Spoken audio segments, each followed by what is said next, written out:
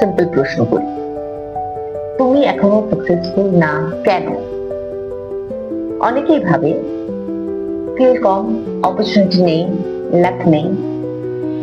কিন্তু সত্যি কথাটা হলো আমরা সবাই জানি কি করতে হবে, বাট তবুও করি না।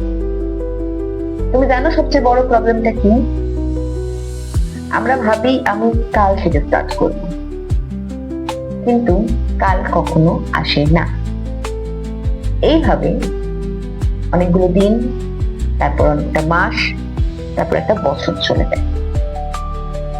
সাকসেস কোনো রকেট সায়েন্স না। তুমি যেটা জানো সেটা অ্যাপ্লাই করাটাই হলো আসল গেম। ছোট step, daily consistency. Problem skill না, প্রবলেম হলো অ্যাকশন না নেওয়া। তাই আজকে একটা সিম্পল ডিসিশন নাও, স্টার্ট করবে। বিকজ স্টার্ট করলে চেঞ্জ আসবে।